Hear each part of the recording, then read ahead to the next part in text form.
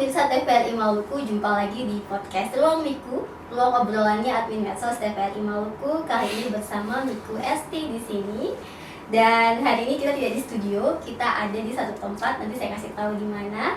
Tapi saya ingin membawa pemirsa TVRI Maluku ke momentum di tahun politik ini. Pemirsa, di tahun politik ini ruang publik kita belakangan diisi dengan diskursus tentang calon pemimpin masa depan, baik di legislatif maupun di eksekutif. Diskursus calon pemimpin tentunya harus selalu terintegrasi dengan diskursus tentang etika. Hal seperti ini amat penting agar para politisi tetap konsisten dengan substansi dari politik, yaitu adalah demi kepentingan rakyat. Nah, kalau kita bicara soal Maluku, maka Maluku juga tentunya tidak kekurangan tokoh politik yang berkiprah sampai ke kancah nasional. Salah satunya beliau yang hari ini akan menjadi teman ngobrol saya di podcast Ruang Miku, yaitu Pak Komarudin Watubun, yang biasanya dikenal dengan panggilan Bung Komar atau BK. Langsung saja Pak Komar, Bung Komar saya panggilnya. Apa kabar Bung Komar? Kabar baik. Alhamdulillah. Masih semangat, sehat terus Oh, Pak? semangat 45. Mantap, masih seperti pejuang 45 berarti ya? Oh, tetap. Semangatnya Bung Karno tetap Rambut boleh putih tapi semangat tidak pernah. luar biasa. Belum mulai aja ini udah Semua udah semangat 45 ini. Mantap. Bung Komar, selamat datang di podcast Ruang Miku. Terima kasih. Jarang sekali Bung Komar bisa hadir di Maluku, karena biasanya mungkin lebih banyak ke Papua. tapi Bung Komar ini adalah salah satu politisi yang memang harus diperhitungkan tentunya dari Indonesia Timur, karena tokoh-tokoh Indonesia Timur juga tentunya harus kita harus kita dukung untuk terus menyuarakan tentang Indonesia Timur tentunya. Saya hari ini sangat berbangga hati bisa duduk bersama Bung Komar. Saya lebih enaknya manggilnya BK. Ya. Ya, BK ada Bung Karno, ada Bung Komar ya? Ya. Karena yang cocok kedua itu saja. Kalau yang lain dibikin nggak bisa. Oh, iya. Bung Harmoko ya tidak bisa. Memang harus ada K-nya Bung Komar, Bung Karno. Sebelum pertanyaan ke topik kita yang bakal kita bahas, yaitu politik yang beretika, saya mau tanya, kenapa kemudian mengidentikan Bung Komar dengan seperti Bung Karno? Identik ya tidak. Bung Karno itu orang hebat, tapi kita pengagumkan boleh pakai sedikit-sedikit. Tapi memang pemirsa TVRI Maluku harus tahu bahwa Bung Komarudin Watubun atau BK ini adalah seorang yang berkarir di politik bukan baru tapi sudah lama tentunya, dan saat ini beliau adalah anggota DPR RI Komisi 2 dan juga dari Partai PDI Perjuangan yang menjadi Ketua Bidang Kehormatan Partai. Jadi kalau Ketua Bidang Kehormatan Pak biasanya yang nakal-nakal disentil ya? Ya, partai kan harus punya aturan. Ya, organisasi apa saja penting ada etika, diajarkan etika moral itu supaya orang tidak sembrono dalam memimpin atau dalam kehidupan. Nah, tapi kita pengen tahu, karena biasanya nonton podcast Ruang Miku itu anak muda. Biasanya aktivitas seseorang yang berkarir di politik itu seperti apa? Aktivitas kesehariannya? Ya, masing-masing orang kan dengan kegiatannya kan beda-beda ya. Tapi kalau dalam konteks saya sekarang kan tugas di DPP, tugas di DPR ya. Kalau DPR kan ada fungsi-fungsi anggota DPR yang sudah diatur oleh undang-undang, yaitu rutinitas ya kerjanya itu. Kalau di partai ya, apalagi dekat pemilu begini, harus konsolidasi bagaimana merangkul rakyat supaya pemilu besok menang toh.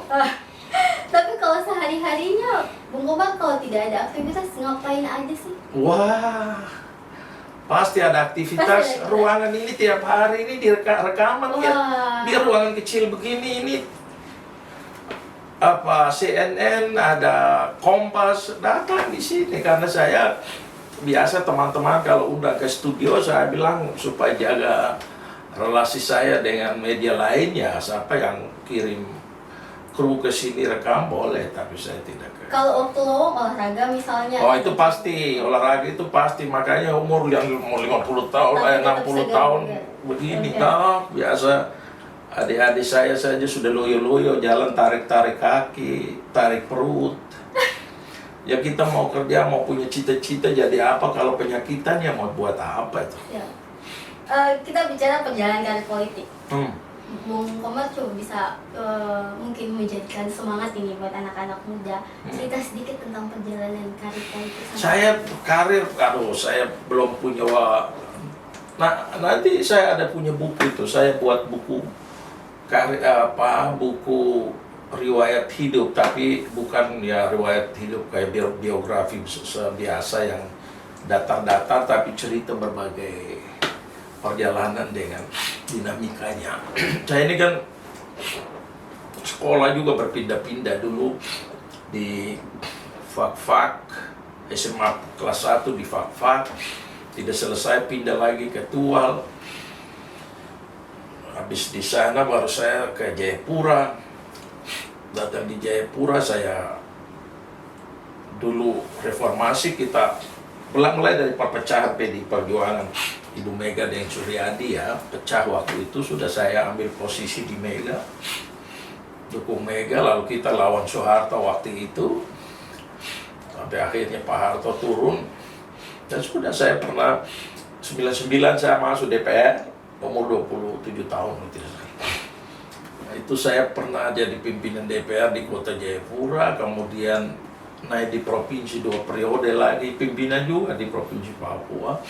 Sudah itu saya masuk di Senayan, jadi sekarang ini sudah 25 tahun di parlemen, tapi berjenjang 5 tahun di kota, 10 di provinsi, dan sekarang 10 di Senayan, dan mungkin ya sebentar lagi ya harus istirahat. 27 tahun sudah 25 tahun. Bukan, maksudnya belum sampai ayah umur 27 tahun sudah berkecimpung DPR, di- pimpinan Oh, DPR. jadi sebelum itu justru sudah berkecimpung di dunia politik. Dulu kalau saya berpartai itu dari umur 17 tahun saya sudah memilih PDI Segi Lima waktu itu. Jadi saya itu kan pengagum beratnya Bung Karno itu. Karena dulu waktu saya kecil itu tete saya dia selalu cerita Soekarno. Jadi dia bilang begini, kalau tidak ada Bung Karno ini tidak mungkin kita ini bisa, kok bisa pergi di Papua, pergi ke Jawa, dia bilang. Ya. Tapi apa yang kayak tadi Bung Komar bilangnya karena pengagum Bung Karno ya. Tapi apa yang membuat motivasi apa sampai di usia 17 tahun sudah memilih saya bakal berkarirnya sebagai politisi aja gitu. Sebenarnya tidak juga. Saya dulu pernah masuk polisi. Oh. Pernah masuk Akpol, tidak lulus. Masuk Secapa juga tidak lulus. Jadi ini mengalir saja sebenarnya. Jadi tidak mengalir, kebetulan mungkin cocok ya, karena dulu saya panggil bapak muda, Bapak Adi sebenarnya.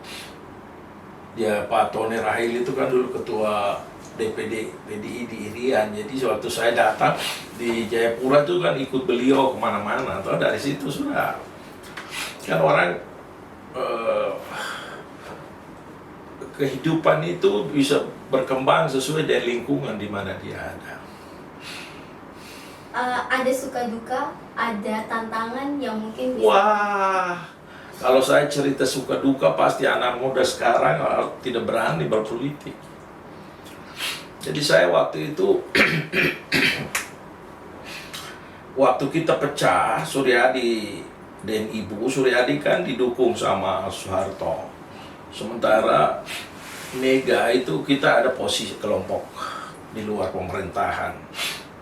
Jadi tapi kita waktu itu harus konsolidasi partai.